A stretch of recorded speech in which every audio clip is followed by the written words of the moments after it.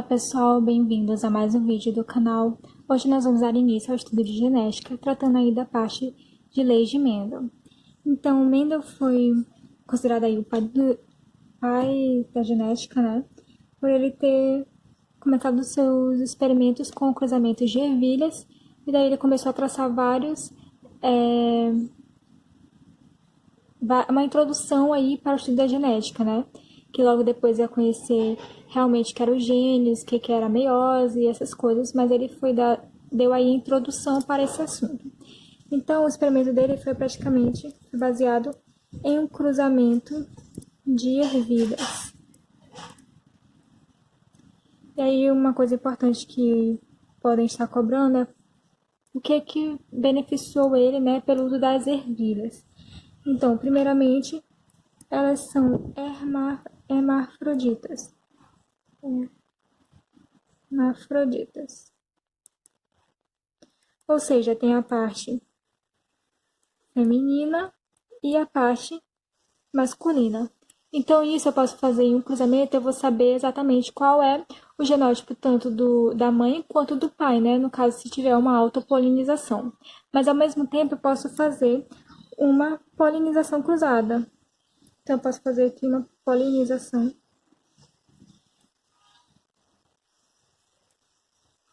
Ou seja, era quando ele aí cortava os estames, que é a parte masculina da flor, né? No caso aqui, na vida, é a angiosperma. Importante saber, angiosperma.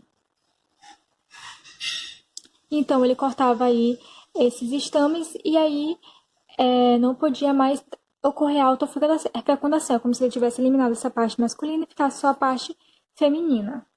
Outra coisa aqui é que as ervilhas elas têm poucas características, então ele analisou poucas características e foi mais fácil ele fazer aí o balanço dele estatístico.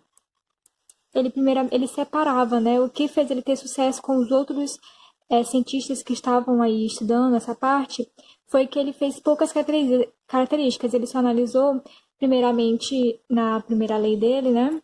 Ele analisou a cor das ervilhas, que poderiam ser verdes ou amarelas. Depois ele foi analisando outras características, mas assim ele obteve um sucesso maior. Outra coisa é o fácil cultivo e também possui uma reprodução bastante rápida, que é o que vai caracterizar também várias gerações em um curto período. Ou seja, ele podia traçar um dado estatístico muito mais favorável para ele entender os princípios, né, da genética. Então, como é que foi basicamente esse cruzamento? Ele pegou uma planta que gerava sempre ervilhas amarelas, ou seja, ele fazia essa autopolinização dessas flores amarelas e sempre dava na geração sempre amarela. Então ele pegou essa amarela, que ele considerou pura, já que sempre formava amarela, e cruzou com uma verde, que também era pura, ou seja, toda vez que ele cruzava, fazia autopolinização, sempre gerava verdes. E aí ele fez esse cruzamento para justamente saber, tá bom, ele já entendeu que amarela sempre dava amarela e verde dava sempre amarela. Mas e se eu juntar amarelo e verde, o que vai dar? E aí ele fez esse cruzamento que ele chamou como parental, que é o P, e deu 100% amarela. Bem aqui ele já traçou o princípio da dominância.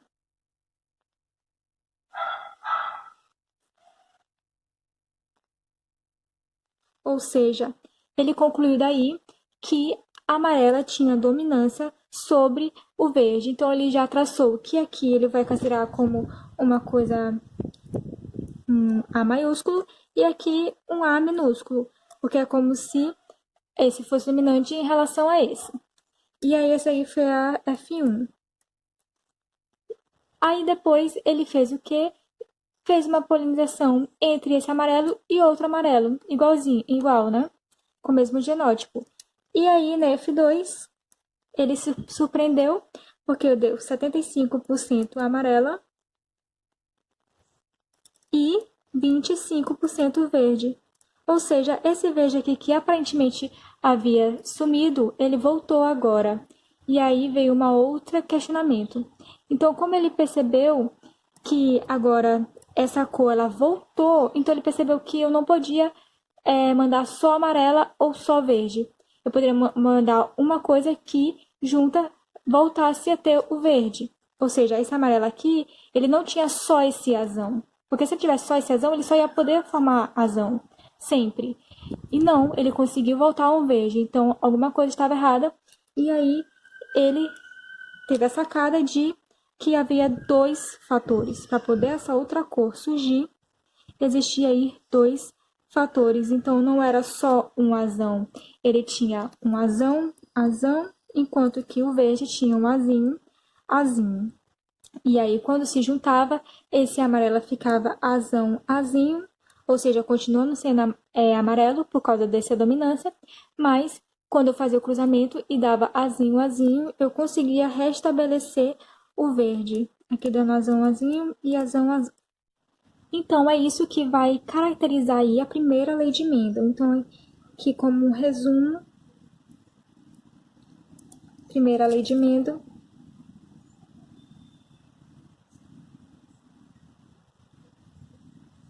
Ele falava que na formação dos gametas,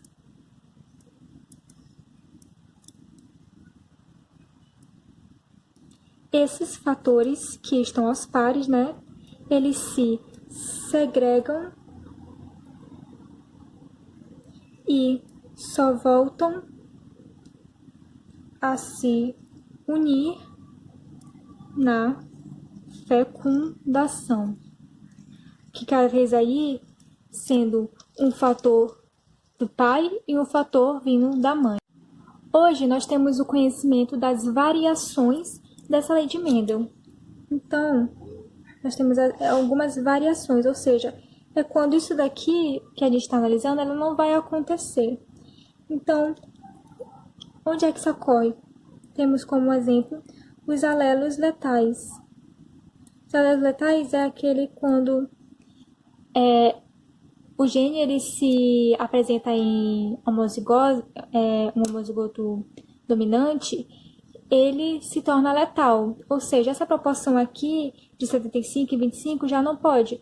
Lembra que nas questões, quando tem, por exemplo, o azão, ele é um alelo letal, e aí você elimina esse azão. Então só fica azão, azinho e azinho. E aí, é isso. Aí depois ele também pode ter uma codominância. Codominância a gente vai ver aí, por exemplo, no nosso sistema BO. Quando eu digo que a pessoa é do sangue AB, ela tem no glóbulo dela, glóbulo vermelho, tanto o azão, que é representado aí, vou apresentar por o quadradinho, e o triângulozinho, que é pelo B. Então, ele tem os dois. Então, são codominantes. Os dois estão aí. Aí, nós também temos a dominância incompleta. A dominância incompleta é quando eu junto esses dois fatores e eles formam uma coisa intermediária, como, por exemplo, eu tenho flores que elas podem ser vermelhas ou brancas, mas quando elas se juntam, elas não formam vermelha ou branca, dizendo que uma é dominante sobre a outra, ela forma uma cor intermediária, que é o rosa. Outra variação da lei de Mendel é a expressividade. A expressividade é quando, por exemplo, nós temos a doença, como por exemplo a polidactilia, e ela vai caracterizar aí mais de 5 dedos na mão, né, que é o comum. Só que a expressividade, ela pode ocorrer de várias formas. Eu posso ter 6 dedos, eu posso ter 7, 8, eu posso ter vários. Então, isso não é um padrão. Não é tipo, a polidactilia vai dar sempre 6 dedos. Isso aí pode mudar. Então, a expressividade vai mudar. A outra que é muito parecida, muita gente confunde, é a penetrância. Mas no caso, a penetrância, como você pode associar aqui, percentual, está associado a um percentual que é quando, por exemplo, você tem uma doença, mas nem sempre ela vai realmente se expressar, né? Então, o percentual, por exemplo, tem uma doença em que 60%, ou seja, um percentual, 60% das pessoas conseguem ter o genótipo e, ao mesmo tempo, o fenótipo. Mas, ao mesmo tempo, esses outros 40% das pessoas que não estão aqui nesse percentual são as pessoas que têm o genótipo, mas elas não vão manifestar no fenótipo, ou seja, não vão ter realmente essa característica, só vai ter lá no gene dela. A outra coisa aqui é a pleiotropia.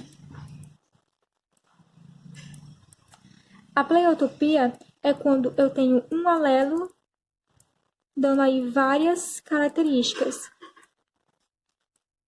Ou seja, quando um alelo ele vai interferir em vários locais, como por exemplo, ele produz uma certa, um certo problema e ele pode dar problema no fígado, no coração, em vários locais do corpo. Não é uma só característica, são várias características associadas. Agora, em relação aqui à segunda lei, eu vou trazer para cá.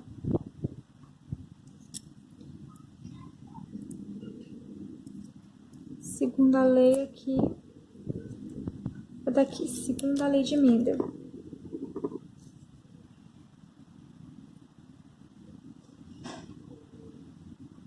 A segunda lei de Mendel é conhecida também como o dihibridismo.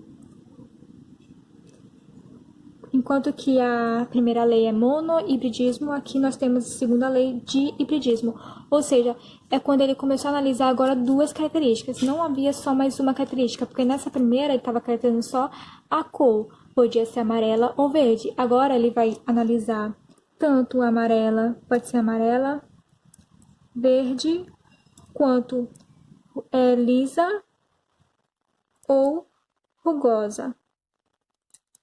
No caso aqui, ele considerou que amarelo seria quando tinha um Vzão, alguma coisa, o verde seria sempre o Vzinho, que seria o recessivo. No caso do liso, ele fez a mesma análise que ele fez anteriormente, e aí ele percebeu que o liso era dominante, então carregando Rzão traço, e rugosa sendo Rzinho. E daí ele fez o mesmo tipo de cruzamento no P. Ele vai fazer um cruzamento da amarela mais lisa, ou seja, os dominantes puros, cruzando aí com o verde mais rugoso, ou seja, são os recessivos puros. E aí, novamente, no F1, ele viu o quê? Que eu tinha 100% de amarelo mais lisa, ou seja, os dominantes. Só que aí, quando ele foi para F2, ele viu uma nova proporção. E qual foi essa proporção? Foi a famosa 9 para 3, para 3, para 1. O 9 seria os dominantes, amarelo liso. Os 3 seria amarelo rugoso, verde liso. E o 1 seria os recessivos, são de menor probabilidade, né? Que é o verde e o rugoso. E aí, pela análise, como é que a gente pode fazer? O amarelo liso, ele vai ser considerado Vzão, Rzão, Rzão. Enquanto que o verde rugoso, Vzinho, Rzinho, Rzinho. Quando eu faço esse primeiro cruzamento, eu percebo que eu tenho 100% amarelo liso, só que agora eu vou ter um outro genótipo, né? Esse genótipo vai ser heterozigoto para os dois. Então, vai ser Vzão, Vzinho, Rzão, Rzinho. E aí, eu vou fazer esse cruzamento aqui embaixo. Vai ter aqui o Vzão, Vzinho, Rzão, Rzinho, vezes o Vzão, Vzinho, Rzinho, Rzinho. E aí, eu vou botar esse cruzamento. No caso, como eu tenho 4 e 4, esse aqui no meu quadrado vai ter 16. Vai ser 4 vezes 4. Então, vou botar aqui.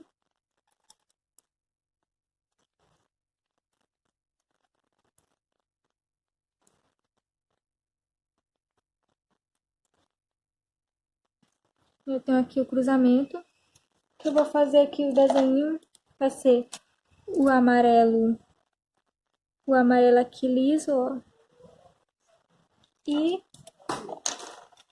o verde aqui rugoso, para vocês analisarem melhor.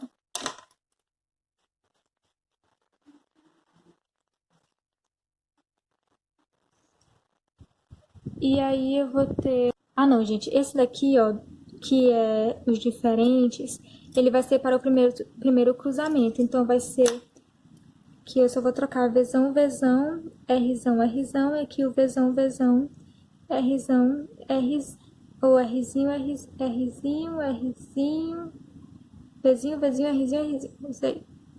Esse primeiro cruzamento aqui dos parentais, ó, que eu tava confundindo, eu já ia pro outro. Mas é isso aqui, Vzão, Vzão, Rzão, Rzão, vezes o Vzinho, Vzinho, Rzinho, Rzinho. Se vocês analisarem, então eu vou ter aqui um Vzão, Rzão,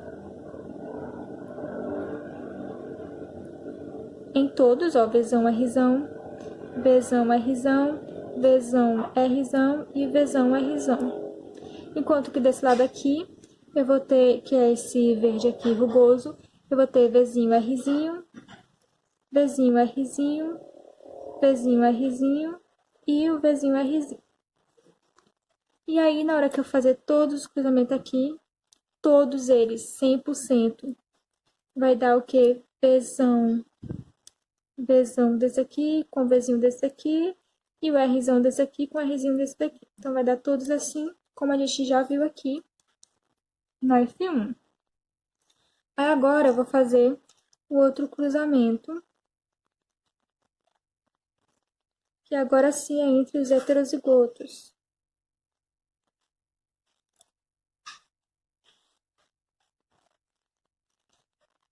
E aí, eu vou ter um Vzão, Vzinho, Rzão, Rzinho, junto com Vzão, Vzinho, Rzão, Rzinho.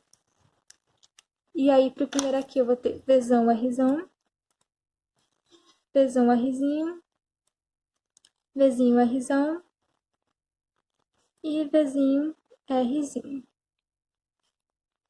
Do outro lado, eu vou ter a mesma coisa, porque já são iguais, né? Então, só vou repetir Vzão, Rzão, Vzão, Rzinho, Vzinho, Rzão e Vzinho, Rzinho. Daqui, eu percebo, todos os que tem Vzão, eles vão ser o quê? Amarelos. Então, vou logo botar aqui. Esse aqui vai ser amarelo. Esse aqui também vai ser amarelo. Esse daqui também é amarelo. Esse daqui também é amarelo.